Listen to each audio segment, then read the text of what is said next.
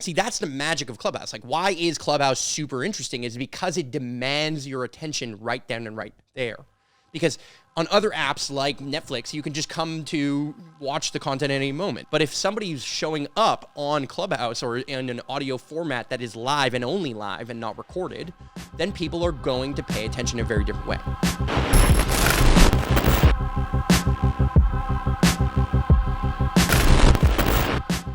So the thought here is that the algorithms suck. People are looking for greener pastures, and where better to look than Clubhouse, the audio-only app that allows you to tune in and have a bunch of FOMO about missing out on some crazy, amazing expert that's going to show up and talk their mind. Now, I'm making jokes, but the truth is they've had like really interesting people show up. I mean, Elon Musk was one of them. I mean, damn, he like broke Clubhouse. He probably led to more downloads and more people learning about Clubhouse and wanting to know more about Clubhouse than anybody, because he's just like the meme lord of the world now.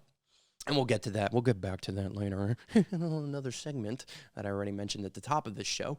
But Clubhouse, right? Clubhouse is this app that if you haven't tried it, well, you should try it. It's interesting. It's kind of like talk radio, where all these experts come in and you never really know what's going on. You can kind of schedule a meeting and there's these little clubs that are there.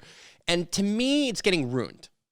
Because they let too many people in too quickly. But when it was first started, when people were first starting to get in when I joined, because I'm an original hipster, as you know, right? I'm an original hipster. Yes, self-certified, because that's what all hipsters do.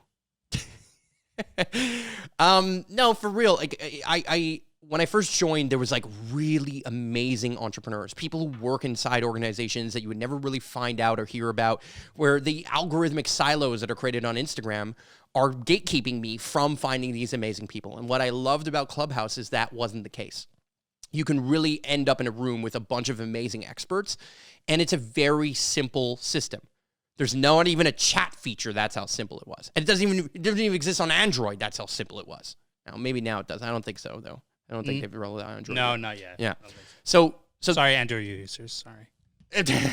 Well, yeah, unfortunately for you. But maybe not unfortunately for you, because, ladies and gentlemen, first of all, Clubhouse raises a Series C round at a $4 billion valuation. Where did they get that number? Well, it sounds like it was roughly the number that Twitter was offering to buy Clubhouse. Roughly around there, apparently, something like that. Maybe a little bit more, maybe a little bit less, I don't know. Long story short, I think they should have sold, because I think they're going to get absolutely crushed. Now, why do I think they're going to get crushed? Before I get to Facebook and how the Facebook machine is coming to stomp on your algorithm juicy. Is there algorithm in other places? No, we must destroy and turn this into a monoculture. We must have all the market share. Yeah, before that, Spotify is launching its own Clubhouse competitor. Wow, isn't that amazing? Isn't that amazing how Twitter, Spotify, Reddit, Facebook, they're all going to come out with something similar. So do I think that Clubhouse has a fighting chance of surviving? No. No, I do not. As I watched Snapchat just get crushed through, the copycat that was Instagram stories, good on Facebook. Good on Facebook for just, saying, hey, yeah, that's a great idea. Actually, we're going to take that. Now, do people still use Snapchat? Yes. Are people like, is the stock value price going up on Snapchat? It is. Do I think it's going to freaking ever have market penetration in people like my age group or the older generations? No. Snapchat's being used for people who want to send dick pics. Okay, I made the joke. I hear you. Right? Ha. Made the joke. But it's kind of true. It's a younger generation thing. It's a Gen Z type thing. It's one of those things that, I don't know, I just don't see it having legs for a very long time. For me, Snapchat got crushed by Instagram, and I think, I don't know. Would anybody disagree with this? Like, is anybody out there being like, no, Snapchat's the best? Yeah, no, I agree. I almost never use it. It's something that I used when it first came out. It was cool. Yeah. Instagram let's be real. We all used it, and I know you did it too because of Gary Vee. Let's be real.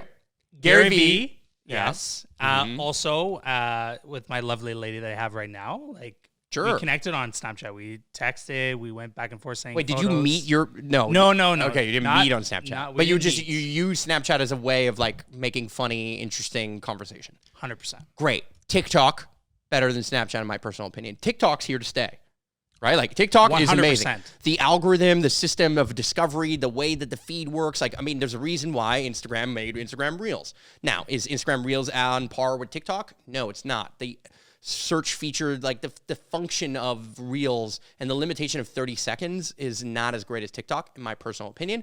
But guess what? This show is making a lot more Reels. And guess what? We're uploading those Reels onto TikTok. Isn't that interesting?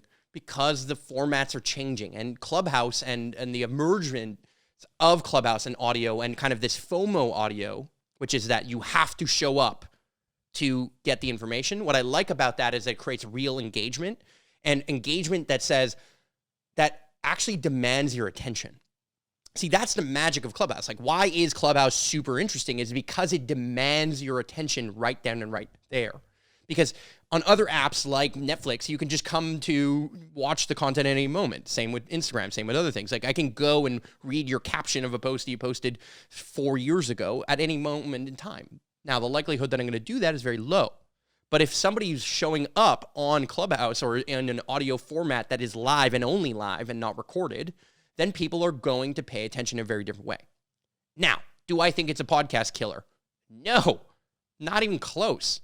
Right? Podcasts are amazing for so many other reasons. What if I'm looking for information and I'm looking for it at a different time than the Clubhouse is happening? Clubhouse is this one sliver of time with the people who are available at that one moment. But what if I'm doing a Clubhouse at 8 p.m. and you're in the UK? That's just not convenient. You know what I mean? At 8 p.m. Eastern, I'm in Montreal, ladies and gentlemen. You know what's interesting, too, is that now people are recording their calls and then posting after. So, like, Gary Vee on or Clubhouse. The Future on Clubhouse. Yeah, so they're just like stealing and ripping the audio and then posting it on other social media platforms. Yeah, they'll be on a Zoom and they'll record it via like that with their guest. Yes. Right, if it's that kind of format. Yeah, or just have a camera record it and then have their phone Yeah, but there. so what they're doing is stacking functions like we are, right? Like this is a podcast, but it's really a video show. It's not a bad audio is good, but it's subpar to video. You know why? Because video has audio and it has video. So if you don't want to watch it, you don't have to. But if you want to watch it, you want to see my expressive hands and my Italian nature, then you can. And guess what? YouTube is still the freaking king of the social media world. That's my personal opinion. YouTube is the place where I go to learn. LinkedIn, fine. Get a job, do those kinds of things, hunt, find leads. But it's ruined. It's ruined by the DM bots and all the things. I mean, there's all kinds of places where it's being ruined. And to me, Clubhouse was getting ruined when they opened up the invites to everyone. Had they really kept the invites tight, everyone would have invited their best, like most smart friend. And that would have grown organically and slowly. And Clubhouse would have been a real Clubhouse, kind of like a Soho House in New York or London or wherever. It has this like vibe where it's like, it has to have a premium like feel, where you're getting the best people in. But if everyone in there who's a coach who coaches coaches on how to coach coaches and make programs that coach coaches ends up there and everyone thinks, oh my God, like maybe you should pay attention to me on Clubhouse. Oh my God, that's so cool. Like, look at what I have to say. And then you hog all the time on these freaking Clubhouses. It's annoying. And then there's so much ass kissing on that thing, right? Like, it's just me like, oh, we're going to reset the room here. Oh my God, like this person is amazing. They've done 4 things in their life. They were a coach who coached a coach who coached another coach who made $4. I'm glad I made you laugh. I'm laughing because it's so true. And like when it first came out and I got on the app, I was a big pro for like everyone has to get on this right now. Totally. I was like sending people invites and getting the whole thing. But yeah, now it is my phone blows up. I had to shut off the notifications because absolutely. It was too much. Just too many people are creating Clubhouses. And I would be on it all day. I would never get any work done. Yeah. So and that's good. And that's good. But then what happens is that has a short-lived lifespan, right? I got burnt out. I made great connections. I made incredible connections. On Instagram. Afterwards. On Instagram. Didn't have a chat app. Everyone went to Instagram and then DM'd in Instagram. So now I follow you on Instagram. Now we're on Instagram. Yeah. And that's how we connect. Yeah. So guess what? Facebook. Oh, Facebook comes out with a Clubhouse competitor this summer. Wonder how that's going to work. Well, guess what? It's going to work probably pretty good, right? So they are indeed launching a competitor to the Buzz social app, right? It kind of looks cool. I mean, some of these like little pictures and, pieces, I don't know. I think the mock-ups are looking pretty decent. You can add effects. They're going to come out with all kinds of things that Clubhouse can't do. First of all, they're going to have it on Android. Plus, they have WhatsApp and Instagram. You really think that Clubhouse has a freaking chance? 0% chance, in my opinion. Now, if I'm wrong, clip this. We'll talk about it in a future episode of the podcast. But I won't be wrong, ladies and gentlemen, not on this one. I'm a social media guy. And I'm telling you that Zuck is coming for that algorithm. He's coming. You can taste that algorithm from miles away.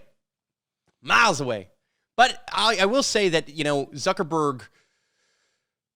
Whoa, wait, what? Zuckerberg says a partnership with Spotify is forthcoming too, which will bring the company's player over to Facebook, letting people stream music and podcasts from their news feed. Oh my God. I just got shocked on my own episode. I prepped for this. I didn't read this far down this article, this specific article. Wow, that is amazing. So that's great. Apple's also unveiled, podcast subscriptions and redesigned their Apple Podcast app. I mean, the world of podcasts is super important because the attention span is very high. If you like this show, and if you're watching it, you probably like it to some degree, then the engagement that you have and the likelihood that you would take my advice on something like what microphone should you buy to build a podcast, or what camera should you use to make a multi-angle podcast, or what should you do with your social media presence and storytelling. Like, you're going to take advice from people like me if you relate to me. Right? And the same is true for Joe Rogan. The same is true for other podcasters that you might like. And the same is true for shows that have longer spans of time. Philip DeFranco on YouTube. I can think of The Impulsive Show as it was a podcast, but it's also a show on YouTube by Logan Paul. I mean, look, there's a ton. Okay? But the engagement here and the potential willingness to buy and that attention span isn't like Instagram stories. It's truly got another level of connection, and you feel connected to the person, to the creator, or to the entrepreneur that's on the other side of that screen, of that show that you're paying attention to. So, look, I think Facebook is going to come out with something really interesting, but they were kind of wrong in certain moments, right? Like Facebook's choice to do a video first and video only. Like, they were like, video is everything. And this was a few years ago. And it caused an enormous amount of havoc. I mean, this article came out in 2018. It just created a enormous push of people trying to focus on video. But look, I do believe audio is a thing. I still think that Gary Vee is right to say that we're going to be using our Alexas and our Siris and all these things to do certain things. Like, hey, Siri, what's the weather outside? Currently snowing, -1 degree. Hey, Siri, stop. They're listening all the time. So, of course, audio is going to play a role. And it's going to play a role when we become multitaskers more and more and more, as we are. Specifically, when we're working from home, yeah, maybe we don't have a commute time anymore, but guess what? That means we have more time to listen to content while cooking, while doing other things. So I think Clubhouse and the live audio format makes a lot of sense, but I think live podcasts are going to make even more sense. That's what I've been betting on, hence this setup. I'm not live at the moment, but I will be soon. Because as I get these segments down and I have all these animations and all these other things dialed in and the audio board and all that stuff, I'm going to go live, ladies and gents. And then we're going to make clips. And then we're going to take those clips and contextualize it to all the different platforms, including things like Clubhouse, but probably on Spotify or Instagram or Facebook, because that's where we already have followings. And that, ladies and gentlemen, is why Clubhouse is going to get slaughtered. And they should have sold to Twitter. How do you turn down $4 billion, ladies and gentlemen? How? $4 billion. Like, just fucking... Like, didn't they learn from freaking Snapchat? And I know Snapchat IPO'd and did the whole thing and their shares are up, but I don't know. I believe in Pinterest more. That's a whole other topic for another day.